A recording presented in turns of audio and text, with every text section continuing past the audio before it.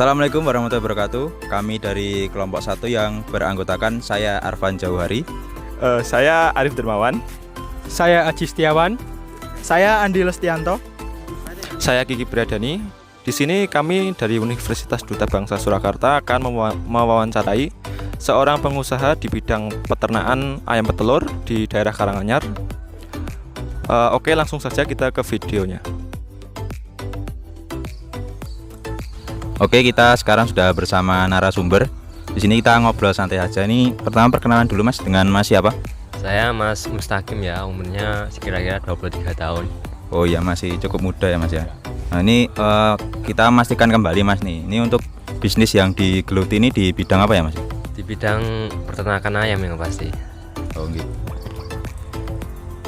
Oke Mas, mau tanya nih untuk bisnisnya ini udah digeluti selama berapa lama ya Mas ya? Ya kira-kira waktu saya SMK ya, sekitar ya 5 tahun 6 tahun ya Mas ya. Oh ya. Sama di bisnisnya ini ada kira-kira berapa karyawan gitu Mas untuk membantu? Karyawan paling ya saya sama Masnya doang. Oh ya, berarti berdua ya Mas ya? Oh ya. Oke, untuk pertanyaan selanjutnya ini Mas, ide atau inspirasi memilih bisnis ini apa ya Mas?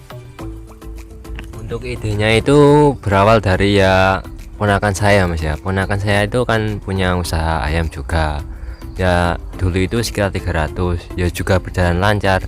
Nah terus itu ibu saya itu ya bu punya ide, kan Mas saya dulu kerja di pabrik gitu, punya ide uangnya gaji pabrik itu celengi buat beli ayam. Ya pertama itu 100 dulu ya, nyoba 100 dulu, begitu bisa lancar karena harga endoknya itu juga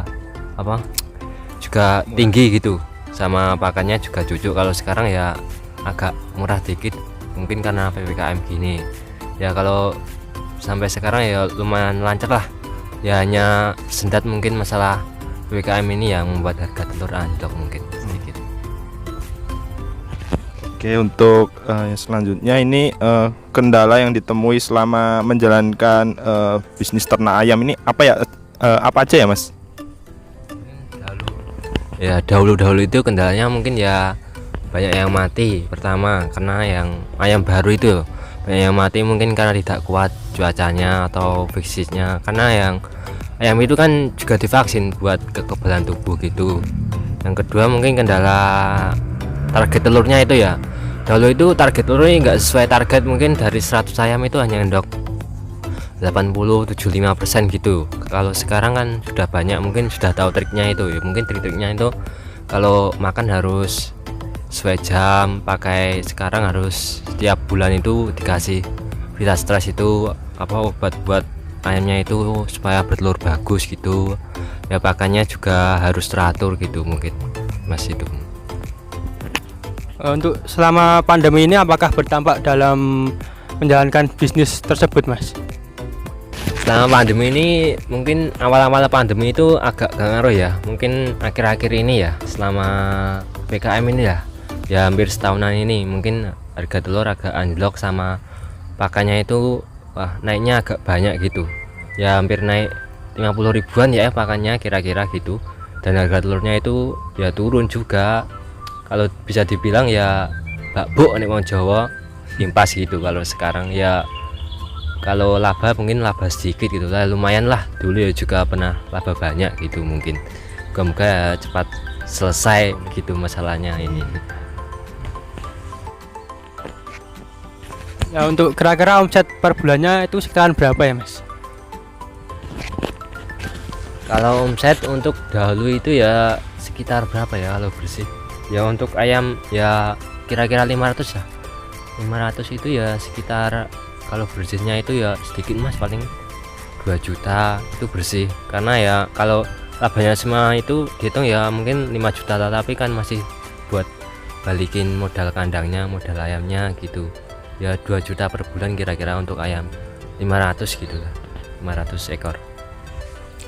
Kalau boleh tahu Mas, di sini kan usahanya ternak ayam lebih ke petelur ya Mas. Itu kalau boleh tahu jumlah ayamnya berapa, sama kalau boleh tahu juga untuk per hari itu satu ayam bisa menghasilkan berapa telur ya Mas? Jelasnya itu yang pertama tadi mas pertanyaan apa? Jumlah ayam. Oh jumlah ayam. Untuk jumlah ayam sekarang mungkin ya 750-an ya, 800 kurang ya kira-kira. Untuk hasilnya itu telur itu ya yang pasti satu ayam itu satu telur satu hari. Kalau untuk persenannya ya dari 750 itu bisa bertelur ya sekitar 90% lebih. Kalau di kilogram kan paling ya 40-an lebih, 40 kilo, 41 gitu. Naik turun kan ada juga yang ayam nggak bertelur gitu Pak.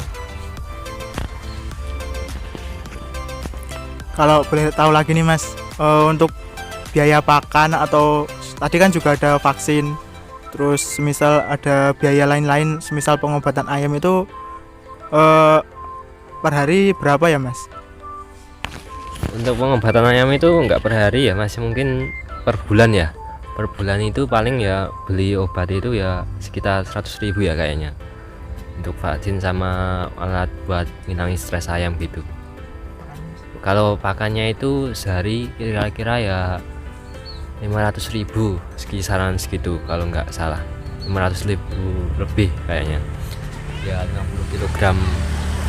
Ya 70-an kilogram kalau di kilogram kan. 70-80 kilogram. Terus pertanyaannya selanjutnya ini ya, saat ini kan usaha ternak telur ini sudah banyak Mas. Nah, bagaimana strateginya untuk tetap bersaing pada usaha ini Mas? Mungkin untuk strategi bersaingnya mungkin ya untuk hasil telurnya itu ya, hasil telurnya itu harus ya kira-kira itu untuk target sekitar 90% gitu. Mungkin bisa untuk bersaing sama orangnya agar gak tinggalan, bisa berkembang itu loh, untuk berkembang labanya itu ya. Mungkin target telur itu harus dimaksimalkan 90%, 95% begitu. Mungkin bisa untuk berkembang untuk beli ayam lagi gitu. Oke Mas, untuk pertanyaan terakhir nih Mas, mungkin Mas punya pesan-pesan untuk generasi muda yang ingin menjalankan usaha, entah itu usaha di ternak ayam, ternak telur, atau mungkin di usaha yang lain?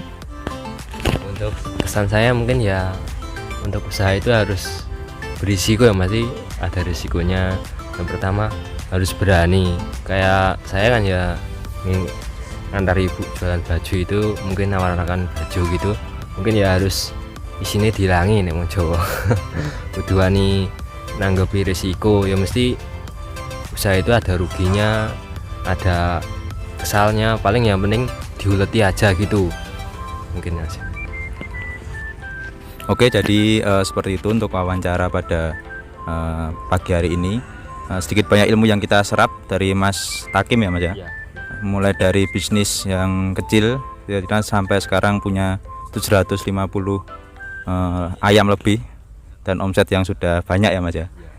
Dan ini juga ternyata bisnis peternakan juga terdampak karena Covid ini, dan semoga Covid juga segera berakhir dan kita bisa beraktivitas kembali.